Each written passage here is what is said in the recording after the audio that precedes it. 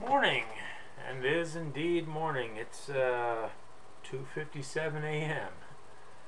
I was getting ready to have my last pipe of the night, and just going through a few YouTube videos.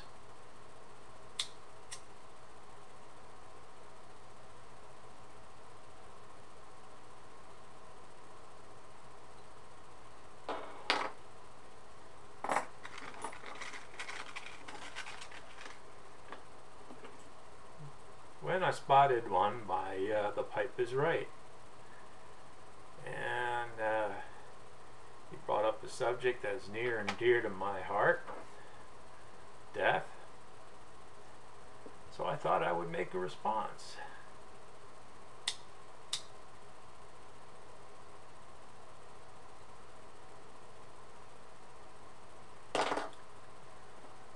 Smoking a recently restored Paradis.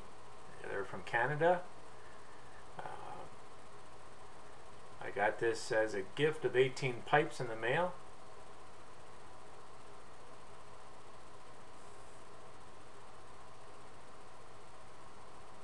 From a friend of my father's who's no longer smoking. And I restored it, cleaned it up.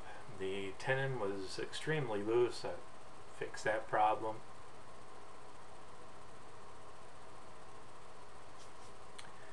I'm smoking Trent mixture, which I don't know who it's made by, but it was sent over to me by Glenn, Glow0115 on YouTube. And a nice little tobacco trade.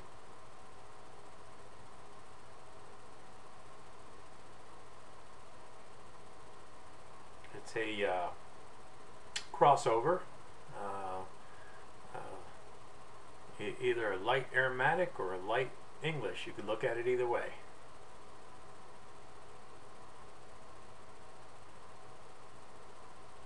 I'm not going to clamp down on this. I don't have any spare softies. I'll have to go out and get some. I just fixed up the stem, got all the teeth chatter off, but I'm not going to put any more on it.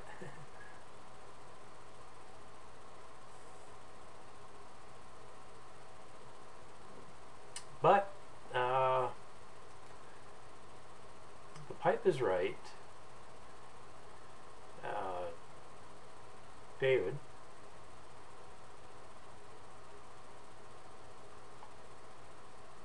brought up two questions.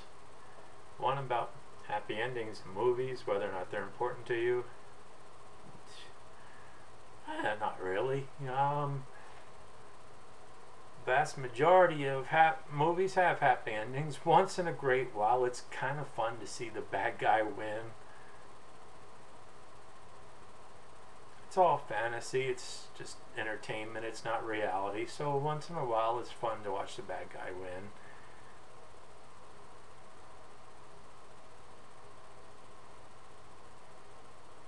At the for Empire Strikes Back, I was rooting for Darth Vader.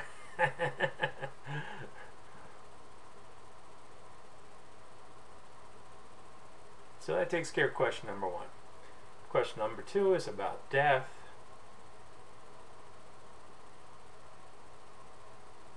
And what would you die for? Well, first, it's no secret that I'm an evangelistic Christian. Okay? I would die for Jesus if I had the opportunity to go to another country and be a missionary. It would not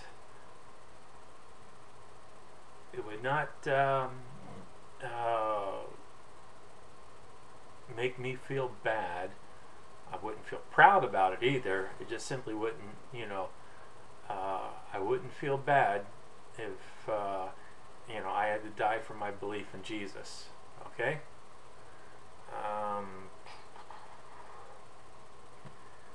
I used to be, I'm a veteran. I used to serve in the Army. I would die for my country. I'm extremely patriotic. If, truthfully, if I didn't have a permanent back injury, I'd I'd be back in the army now. I would have re-enlisted, you know, years ago. The only reason I got out of the military to begin with was, well, I'm not going to get into it. Well, I was trying to make my ex-wife happy. No, if I didn't have a back problem, I would have gotten back into the army years ago, and I would have stayed there, you know, until I had my 30 years in, and they forced me out. So, Jesus and my country.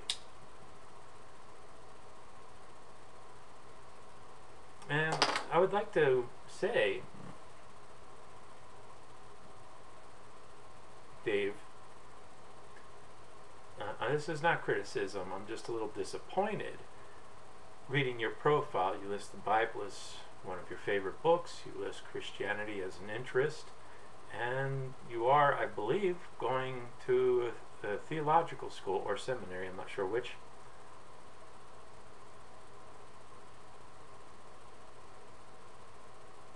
But it sounds like you're a Christian. I'm surprised you did not yourself bring up Jesus and being able to die for him. It sort of sounds like you think life is pointless. But if you trust in Jesus, you know that is not the case. You know that perfectly well, that life is not pointless.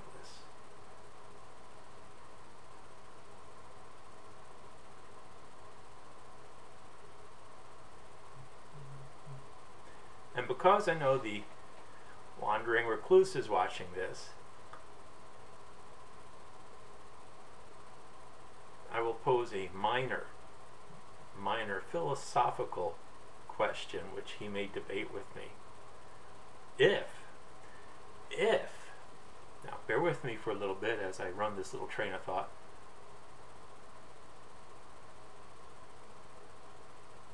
If the atheist point of view is correct, there is no God,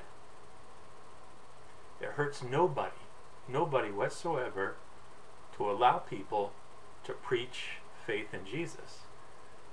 If the atheist is correct, believing in Jesus is just a little fantasy that makes people feel better about themselves. And why would you want to take that away from somebody else? Why would you want to stop them from feeling good about something? If it's their little fantasy, let them believe it. I find, I'm not speaking specifically to you, wandering recluse. I beg your pardon, I don't remember your name off the top of my head. But I know so many atheists are like that. They try to shut down people that preach Jesus. If you truly believe God doesn't exist, what difference does it make to you if somebody else wants to believe in it? There's no skin off your back. It's just a little fantasy that makes them feel better about going about their day. On the other hand, let's flip that coin over. If, as I put forth, Jesus is real, then telling people not to believe in Jesus does a great deal of harm. A tremendous amount of harm if, again, as I believe Jesus is real. So, there's a minor philosophical discussion there. There's a coin. One side, if Jesus isn't real, it doesn't hurt anybody whatsoever to allow people to preach the gospel of Jesus. It's just a little fantasy that makes somebody feel good. On the other side of the coin, if Jesus is real, then being an atheist and telling people not to worship Jesus does a great deal of harm. Well, go ahead. Shoot off your comments. Please, no hate mail. I'm just offering up a discussion here, okay?